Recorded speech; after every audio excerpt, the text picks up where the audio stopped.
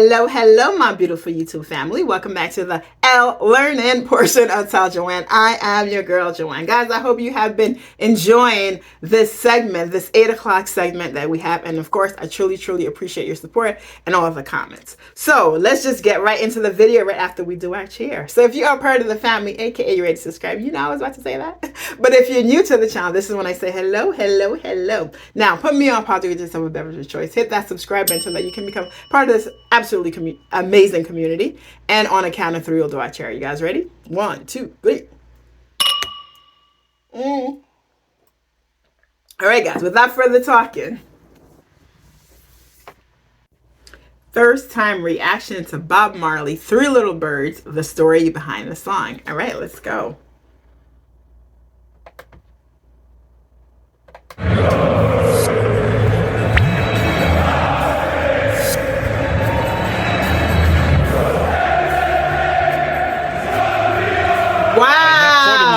One of the jerseys that Ajax was playing in. We have a lot of... I didn't realize, I'm like looking at the stadium, I'm like, wait, is this the right video? And I didn't realize that's what they're all singing. How absolutely amazing is that? That is pretty cool. That is pretty cool. Let me go back a little bit. That is cool. Let me go back all the way, actually. That's pretty cool. Now that I know what I'm looking at. Wow. That's amazing. I have for the museum one of the jerseys that Ajax was playing in. We have a lot of guests from your place, and they wear it. And I asked them, is this a football team? And they told us about the 3 Little Birds, just how you say. So this song sing in our stadium.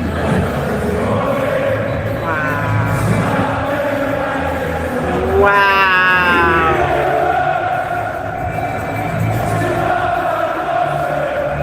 The song is doing what it's supposed to do. Facts. Cheering up the footballers, they footballers. Oh the song didn't tell you that you are gonna win. He's letting you know, don't worry, even if you lose, don't worry, because the next time, every little thing is gonna be all right. When you worry, it can give you a heart attack, it can give you strokes, it give you a lot of things. So don't worry about a thing. Every little thing is gonna be all right. Rastafari. Oh my goodness.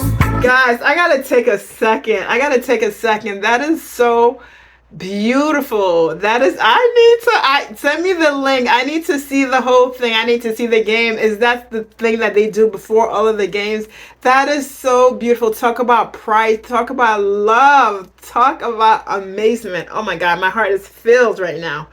Oh my goodness. That was an amazing thing to witness. And for those of you who guys already know, you're like, Joanne, please, you didn't even see anything yet. But that was so absolutely amazing.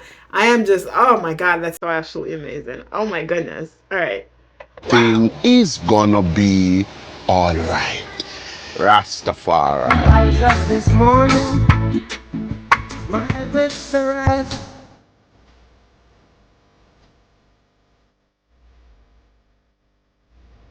This is the exactly spot Bob Marley stood and write. This is the exactly spot. Every morning, his duty is to get up very early, run, playing football, and after that morning, he sat right there and smoking his marijuana, meditating. And if he sat there smoking, before you make a spliff, you will make sure the herb is okay. So the seeds, you will pick them out, sometime you throw them away. And if you throw away the seeds, sometimes birds come and pick the seeds up. And if you do that, it's all the time he sat there and do that. So it will attract birds to know that this little Rasta man is gonna come here and feed us. And then this song came into his mind and he just wrote that beautiful song. How many of you guys knew that? Comment below, let me know. Wow, it's so nice. I was performing for the weekend in New Kingston, and I invited Sister Judy and Rita to come and do harmonies with me. And they were happy about it, and On the third night, we decided to do a jam session on stage, and the audience loved it. And they all encouraged us to form a group. And Bob immediately invited us in the studio to do Natty Dread. And of course, the rest is history. We became his three little birds. Bob is a person who opened my eyes to realize that the music was not just entertainment and dancing and fun. It was much deeper. It's such a positive vibration. You're telling yourself and you accept this message, don't worry. So it's like a rejuvenation. It's spiritual medicine to the soul. 9 Mile. This is where Bob grew up, and as a youth, me and Bob grew up together. In the country, Bob is really a farmer because that's what his granddad teach us to do, farming. Grandfather used to have a whole lot of cows. And our duty was to get up early in the morning, milk some cows, take it to the milk shop before 8 o'clock in the morning. So then he went to Kingston trying to do some music. When he came to Kingston, in Trenchtown, it was a very poor ghetto. And the ghetto people know the Almighty God because we call upon him so much when we need help, because we cannot call upon the government. We do not see the government. That's why Bob Marley is the eyes of these people and the mouth of these people. So when Bob Marley saw a lady in the ghetto crying, this lady do not have money to feed her kids. She cannot pay the rent. She need help. And she do not have no one to help them. The government wasn't there.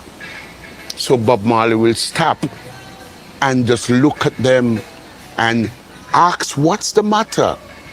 And they will tell Bob Marley. And then Bob Marley will find a solution to make she happy. And while he find the solution, he just look at them all the time and said, don't worry about a thing, because every little thing is gonna be all right. Everything that he's sung, guys. it's so I gotta talk so I don't cry. It's just so beautiful. And oof, y'all, you guys know, as I'm going through this journey of music and hearing the interviews by the artists or by people who know the artists and things, and I just talk and I just hear, and I've been saying over and over, like, you know, musicians, they are so powerful. They have such a voice, whether they know it or not. And then music is it really, and I love how she said actually, music is not just about dancing and having fun. Music has a message. Music touches the soul. It touches the feelings. It touches you in ways that you don't even know. And seriously, that message, that mantra, you say to yourself, don't worry, everything's gonna be all right. You know, and it depends on how you take it, but to me, it's just like tomorrow's another day. You know what I mean? Like, don't worry, especially if you are at the point you're feeling depressed, you're feeling suicidal, you're feeling that nobody cares about you, that, you know, you're better off if you're not there. And it's just like to get that, to actually get that mantra, to feel it, to say that, you know, don't worry, that everything is going to be all right. And just saying, don't worry, just live an extra second, live an extra hour, live an extra day, live an extra month, live an extra years, like just live an extra decade. You know, just continue to know that life is hard, but it's okay. It's going to get better. You know what I mean? And so that's just what I get when I hear this song. And it's just so absolutely amazing. And another thing that he said something which was so interesting to me. And I think I thought about it in the past, but but it's like a fleeting thought. But to hear him say it, like, you know, how the poor, they know God, right? They know religion. They know whoever their God is, and they call out to them because sometimes the government is not listening, right? They have no one to go to. So the only person that they can go to is their higher power. And that's the only person that they can pray to. So it is an interesting concept, an interesting notion. I'm like losing breath to say the thought that truly the poor knows God more than anyone. And when I say the poor, I know that, you know, you think about the poor, you think about some people who are in the ghettos, and violence and this and that. But I'm talking about people who want to believe, who want to get out, who has faith, right? Like they do, they believe. They and to them, it's like whether the government or anyone else could help them, God can always help them. God is always there. God is always listening to them, and it's just so amazing to hear him say that, because it just makes me think about that again. But y'all, I'm like losing my breath. I don't know if maybe because I'm trying to hold some emotions back. Like even from the beginning of watching this soccer team, I've never seen something like this. It's just so absolutely amazing. So just watching and hearing this, like, oh my goodness, this interview is just touching me so hard. Like it's really putting me out of breath. So I'm gonna stop talking and I'm gonna just listen to the rest of the interview and kind of like focus my breath. All right, let me go back just a little bit. Everything that he sang, it's so relevant in today's world, in this generation. Everything changes the world. We have changed the climate, we have so many things, we have COVID. We still need those words. Those words are very much to think about.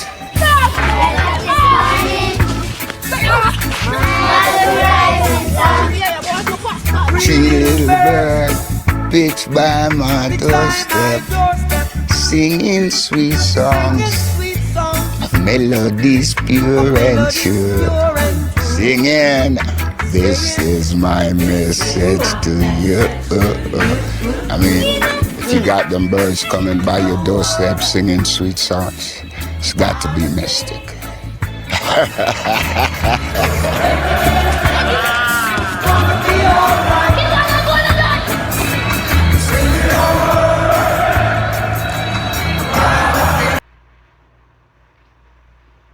Oh my gosh, this was absolutely amazing. I want you guys to think, and I hear the song, and this is one of those songs that for me, I leave it to interpretation to how I am and how I'm feeling and what in my world. I guess what I'm trying to say is the three little bird to me is just a symbolize of hope of so much. And I comment below and let me know who the one, the two, the three little bird has been in your life that has gotten you to the point that has helped you not to worry about every little thing, right? That got to the point is of being the person to encourage you, to inspire you, to help you out of your depression, your sadness, or whatever it may be.